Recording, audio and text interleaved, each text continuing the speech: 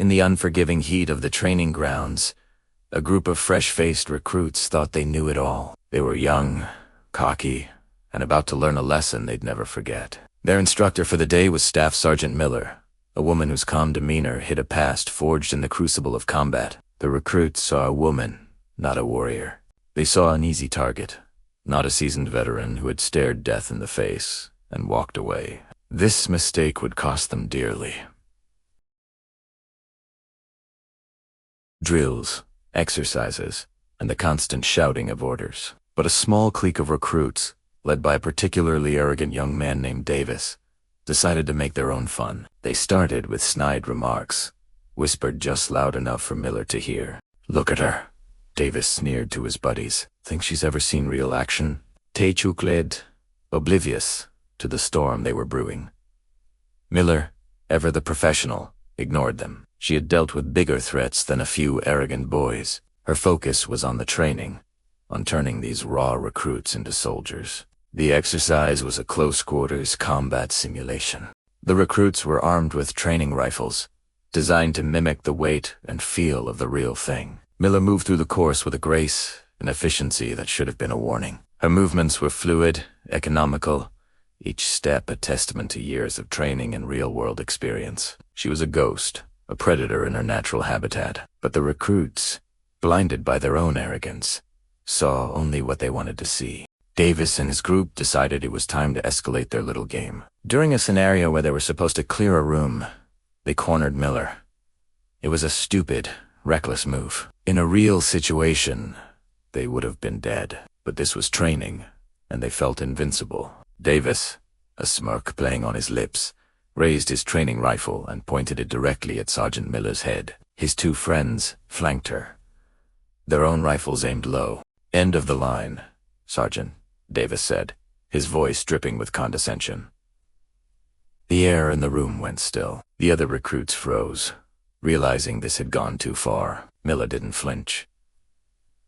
She didn't even blink. Her eyes, which had been calm and patient all day, turned to ice. A flicker of something ancient and dangerous ignited in their depths. The smile on Davis's face faltered. He was looking at a combat veteran, and for the first time, he understood what that meant. He saw the ghosts of battles fought and won in her gaze.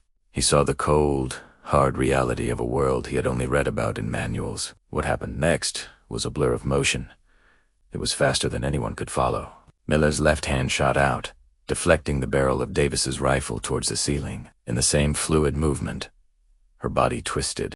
Her right hand disarmed him, the rifle clattering to the floor. Before Davis could even register the loss of his weapon, Miller had him in a hold that made his eyes water. His two friends, who had been so brave just a moment before, found themselves on the ground, their own training rifles neatly stacked beside them, before they even knew what was happening. Miller held Davis in the immobilizing hold, her voice low and dangerously calm. "In a real firefight," she said, her breath warm against his ear, "you'd be dead. Your friends would be dead, and you would have gotten your entire unit killed. All because you couldn't control your ego." She let the words hang in the air, each one a hammer blow to his pride. She wasn't shouting. She didn't need to. The quiet intensity of her voice was more terrifying than any drill sergeant's roar. She released him, and Davis stumbled back, gasping for air, his face pale with shock and a newfound respect that bordered on fear. The other two scrambled to their feet, avoiding her gaze. The entire platoon was silent, the lesson sinking in. Miller stood in the center of the room, completely composed, as if she had just been demonstrating a simple technique. She picked up Davis's rifle from the floor. "The weapon," she said, her voice now back to its normal instructional tone, "is an extension of your will. It is a tool of lethal force.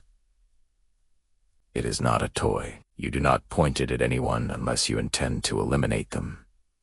Is that understood?" A chorus of "Yes, Staff Sergeant," echoed through the room. The tone was different now. The arrogance was gone, replaced by a sober understanding of their own ignorance.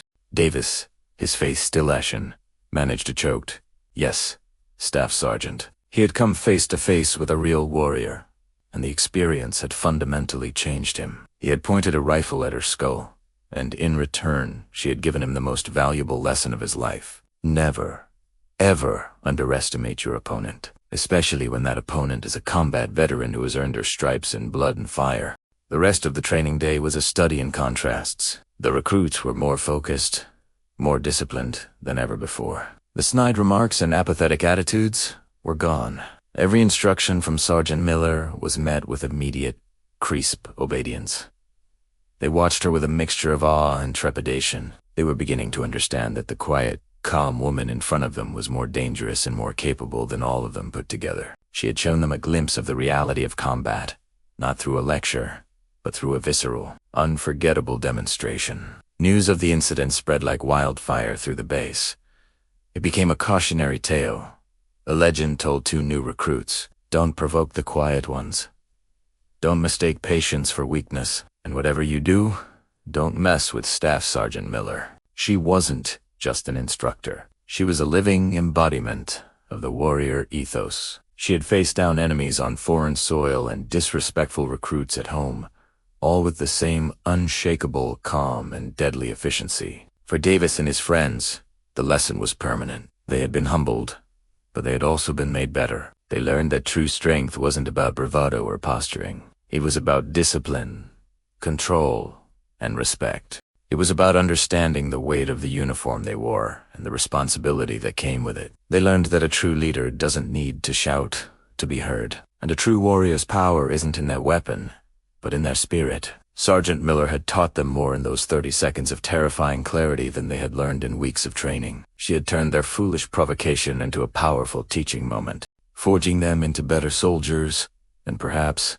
better men. They learned firsthand why you never, ever provoke a combat veteran. Thanks for watching, and be sure to subscribe for more incredible stories.